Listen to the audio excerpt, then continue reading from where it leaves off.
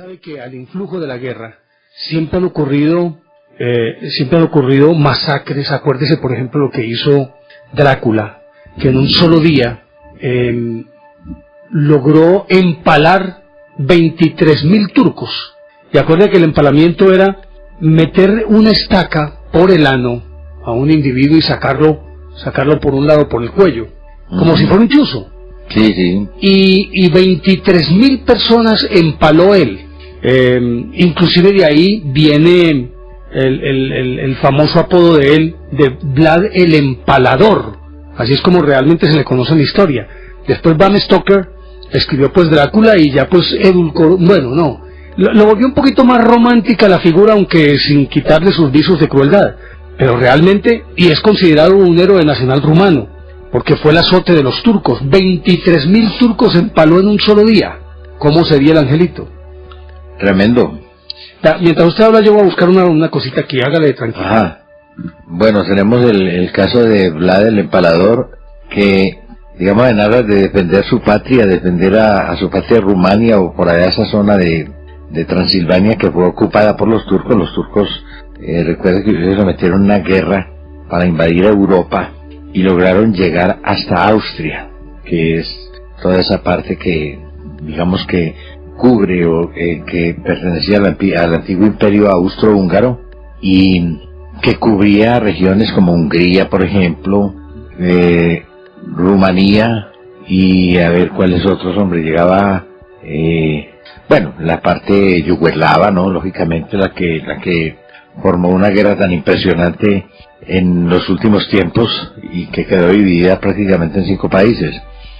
Hasta allá llegaron los turcos y con algunas particularidades, como por ejemplo el uso de los famosos timbales cada que llegaban a una población. Llegaban montando a caballo y con unos tambores que se colgaban al lado y lado de la montura y que llamaban atabales.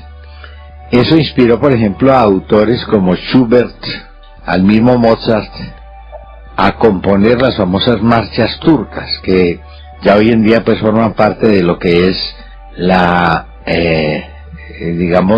una tradición mundial en este sentido. Las famosas marchas turcas fueron inspiradas por esa invasión de otomanos que llegaron casi a las goteras de toda Europa y si los dejan pasar, pues quién sabe qué hubiera pasado, ¿no? Lo mismo que pasó con el Gengis Khan cuando llegó también a esa zona y sus hordas sencillamente se dispersaron porque no pudo dirigir el ataque final a Europa. Pero a uno le impresiona realmente, le impresiona y para cualquiera, ¿no? Que en una guerra, ¿no? De defensa, pues una guerra defensiva, se castigue a los enemigos de esa manera, ¿no? ¿Qué dirían hoy, por ejemplo, todos esos comités internacionales de derecho humanitario si hubieran visto lo que hizo Vlad el Empalador, ¿no? Yo creí que eran 14.000, pero son 23.000. 23.000 en un día, ¿no? En un día. Pero además, yo le digo, para empalar 23.000 personas en un día, ¿cuánta gente tuvo que tener dispuesta? Además, porque los empalaba y clavaban los palos en la tierra. Vea, cuentan inclusive que el título de él era el Voivoda. Voivoda, ¿cierto? Sí. Él era el príncipe de Valaquia. Ajá. Así se llamaba la región que supuestamente era su fortín. Pero es que estaba buscando aquí sobre este angelito y cuentan que, oiga cositas así como muy por encima. Cuando una de sus favoritas, a ver, hombre Juan, si quieres podemos mostrarlo. Mostrémoslo ahí. Vamos a ver si está. No, ahí lo tenía. Minimiza ese. Minimiza ese arriba, que ahí lo tenía. Lo aquí, ahí. Sácale por aquí el que está abajo la cosita roja. Pero este es un turco. No.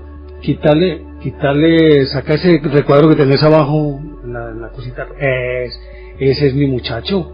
A ver, mírenlo aquí, vea. Este es. Ese es Drácula. Vlad Tepes, miren en la carita que tenía.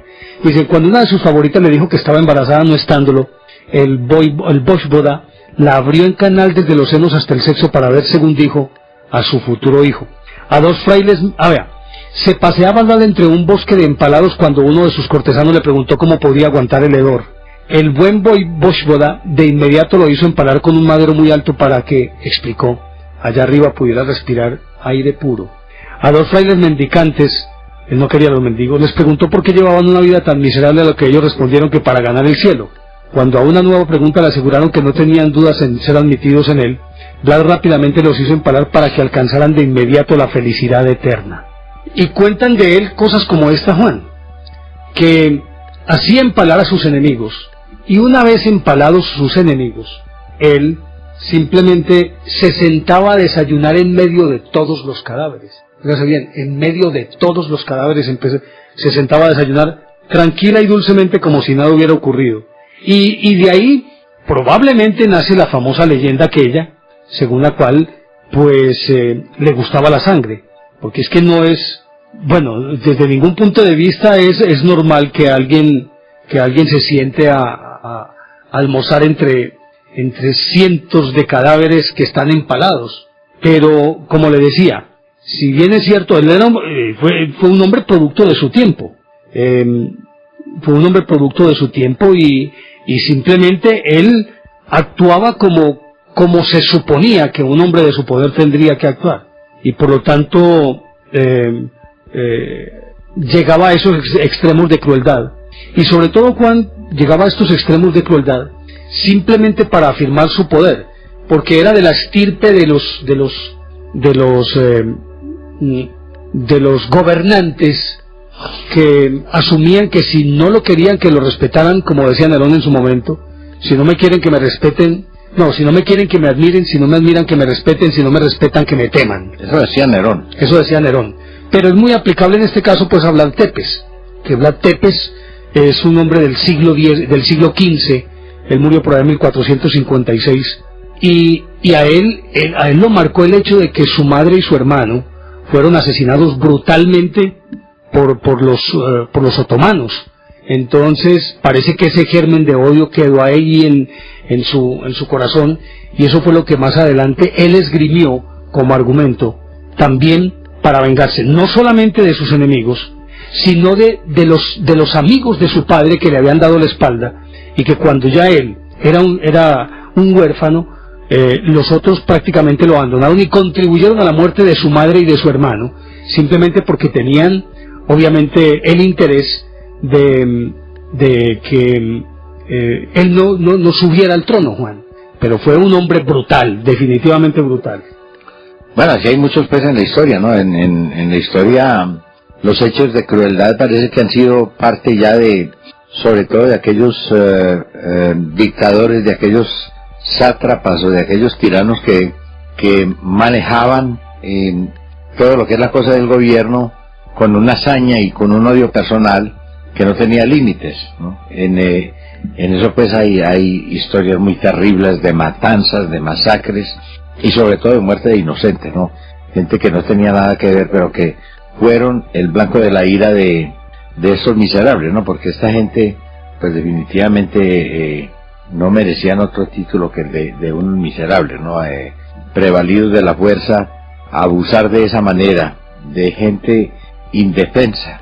El caso, por ejemplo, de Nerón, el caso de Heliogábalo, el caso de Calígula, que encerraban a la gente y la asesinaban sin piedad, y es más, lo peor de todo, creo yo, que es la manera como ellos se gozaban, ellos disfrutaban viendo a la gente sufrir, viendo a la gente morir, algo que me parece pues terrible a mí, ¿no? En esas circunstancias. Ha habido pues muchas historias, ¿no? Por ejemplo, Perdóname, Juan, y quiero volver un poquito sobre Blas Tepes. En una ocasión él detestaba a los gitanos. ¿Será que los gitanos pasean por ese sector? Sí, eso es tierra de ellos. Claro. Y entonces, un día ellos se rehusaban a obedecerle. Llegó, cogió a los 3 líderes principales, los hizo asar, y una vez asados, les dijo a los demás, se los comen, porque necesito que recarguen fuerzas para ir a enfrentar a los turcos. Se los hizo comer. Así de ese talante era ese angelito. Querido hombre, ¿por qué no me lo presentas para invitarlo a beber, hombre? Es que... No. ¿Cómo le parece pues el angelito que era hablado? Pero...